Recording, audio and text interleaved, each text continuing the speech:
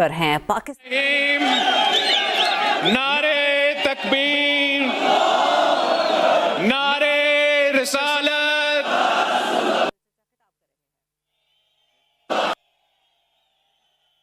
نعرے بھٹو،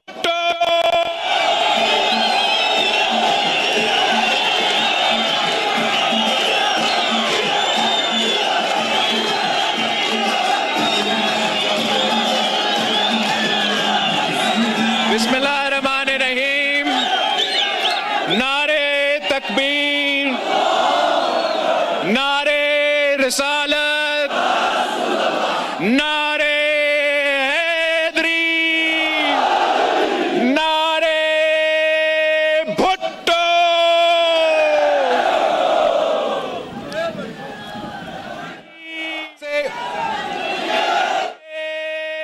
بھٹو۔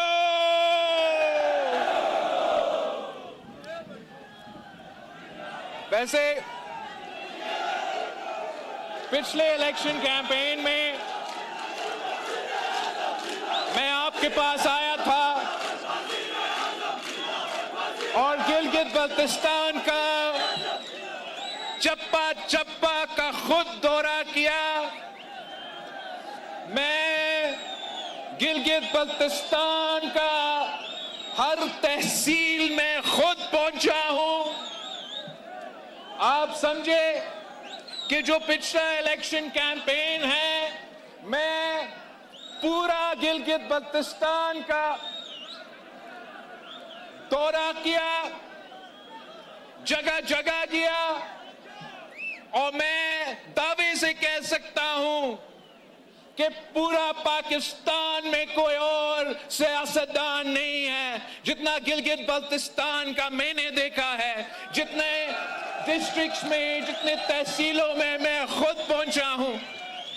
میں چیلنج کرتا ہوں کہ آپ جو بھی سیاسی جماعتیں پاکستان کے ہیں، وہ تمام ان کے دورے ملا دے، پھر بھی جتنا ہم خود آپ کے پاس آئے ہیں اتنا کوئی اور یہ نہیں کہہ سکتا۔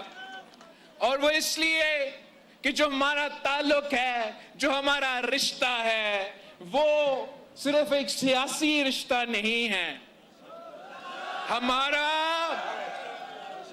نسلوں کا ساتھ ہے، نسلوں کا ساتھ ہے، اور انشاءاللہ تعالی یہ ساتھ رہے گا۔ دل کر بھی رہا تھا کہ اس الیکشن میں بھی میں اسی انداز میں کیمپین چلا دوں۔ خواہش تو یہ تھا کہ جیسے پچھلے الیکشن میں میں مطلب پیدل چل کے آیا تھا، ویسے میں اس دفعہ پیدل چل کے دورہ کرتا۔ خواہش ضرور تھا مگر حالات کچھ اور تھے۔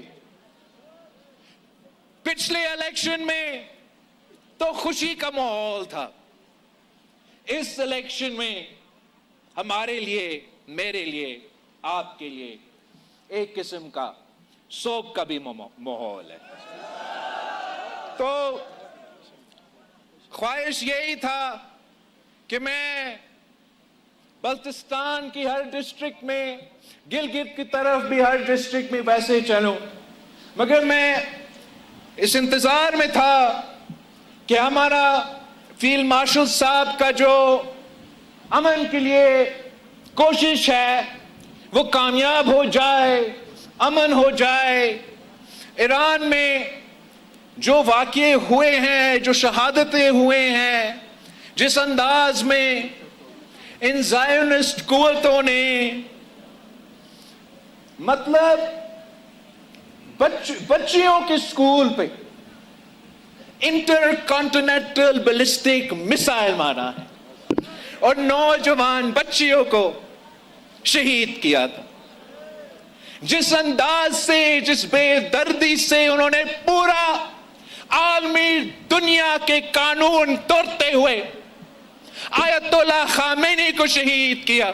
رمضان کے مہینے میں ہمیشہ سے جنگ کے خلاف ایک امن پسند جماعت رہی ہے، جو اس جنگ میں جو شہادتیں ہوئے، اور یہ کہانی ایران تک محدود، دردی سے فلسطین میں، لیبنان میں، سیریا میں مسلمانوں کو شہید، افواج پاکستان کا فیلڈ مارشل جو کردار ادا کر رہا ہے، امن کی کوشش جاری ہے، ہر پاکستانی فخر مند بھی ہے اور دعا گو ہے کہ وہ کامیاب ہو، اور بہت ضروری ہے کہ یہ امن کا کوشش کامیاب ہو۔ اس لیے اس جنگ کا بوجھ ایران کے عوام تو اٹھا رہے ہیں، فلسطین کے عوام اٹھا رہے ہیں، پوری مسلم دنیا میں، پوری مسلم امہ میں اس جنگ کا بوجھ اٹھایا جا رہا ہے، مگر ساتھ ساتھ پوری دنیا کے نوجوانوں یہ بوجھ اٹھا رہے ہیں۔ ایک تو جو اس کا معاشی امپیکٹ ہے، آپ سب وہ معاشی امپیکٹ بھی اٹھا رہے ہیں۔ اس جنگ کے نتیجے میں جو معاشی بحران پیدا ہوا ہے، اس معاشی بحران کی وجہ سے جو اس وقت ملک میں اور عالمی سطح پہ جو مہنگائی کا صورتحال پیدا ہوا ہے، اس معاشی بحران کی وجہ سے جو اس وقت ملک میں اور عالمی سطح پہ جو مہنگائی کا صورتحال ہے، وہ آپ سب جانتے ہو۔ تو سب سے پہلے ہم دعا گو ہے کہ یہ امن کی کوشش کامیاب ہو، تاکہ پاکستان اور پوری دنیا میں یہ جو معاشی بحران ہے اس کو ایڈریس کیا جائے اور عام آدمی کو اس کا نقصان سے بچایا جائے۔ انشاءاللہ تعالی یہ تمام کوششیں کامیاب ہوں گے اور پاکستان کو اس معاشی بحران سے نکالا جائے گا۔ پاکستان پیپلز پارٹی کا جو سیاست ہے وہ باقی سیاسی جماعتوں کے سیاست ایک طرف اور پاکستان پیپلز پارٹی کی سیاست ایک طرف۔ ہم وہ واحد سیاسی جماعت ہے جو اس وقت میدان میں ہے، جو پسماندہ طبقہ کا نمائندگی کرتے ہیں، جو غریب طبقہ کا نمائندگی کرتے ہیں، جنہوں نے کسانوں کو، مزدوروں کو، محنت کشوں کو حقوق دیا۔ ہم پہلے پسماندہ طبقہ کا سوچتے ہیں، پھر ترقی کرنے والوں سے پوچھتے ہیں۔ ہم پہلے اس مزدور کا، اس محنت کش کا سوچتے ہیں، پھر ہم اپنا کاروباری طبقہ سے پوچھتے ہیں۔ ہم پہلے اپنے کسانوں سے، اپنے ہاریوں سے حال پوچھتے ہیں، پھر ہم جو زمیندار ہے، جو زرعی شعبے سے تعلق رکھتے ہیں، ان سے پوچھتے ہیں۔ اور ہم سمجھتے ہیں کہ ملک کی ترقی تب ہو سکتا ہے جب پسماندہ طبقہ ترقی کرے، جب مزدور کو، کسان کو، نوجوانوں کو معاشی طور پہ مضبوط کیا جائے تو پورا ملک مضبوط ہو جاتا ہے۔ باقی سیاسی جماعتوں سمجھتے ہیں کہ آپ امیروں کو مزید امیر بنا دیں تو ملک ترقی کر لے گا۔ یہ کس قسم کا معاشی پالیسی ہے کہ امیر تر ہو، غریب تر ہو، اور نام ترقی کا دیا جاتا ہے۔ پاکستان پیپلز پارٹی کا نظریہ یہ ہے کہ ترقی وہ ہے جب کسان ترقی کرتا ہے، ترقی وہ ہوتا ہے، معاشی ترقی وہ ہوتا ہے جب مزدوروں کو محنت کا صلہ دیا جاتا ہے۔ ترقی وہ ہے جب نوجوانوں کے لیے روزگار کے مواقع پیدا کیے جاتے ہیں۔ اور 3 نسلوں سے یہ ہمارا ریکارڈ ہے۔ اب قائد عوام شہید ذوالفقار علی بھٹو کا معاشی ریکارڈ اٹھا کے دکھائے تو قائد عوام نے کسانوں کو زمین کا مالک بنایا، مزدوروں کو، آج ایک مہمان آیا ہے گلگت پہ، وہ برا نہ مانے، مزدوروں کو مزدوروں کو مالک بنایا، ملوں کا مالک بنایا.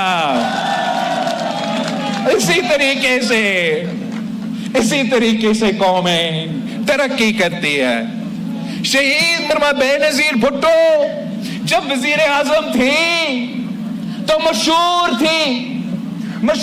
تھی بی بی کہ بے نظیر آئے گی روزگار لائے گی، بے نظیر آئے گی.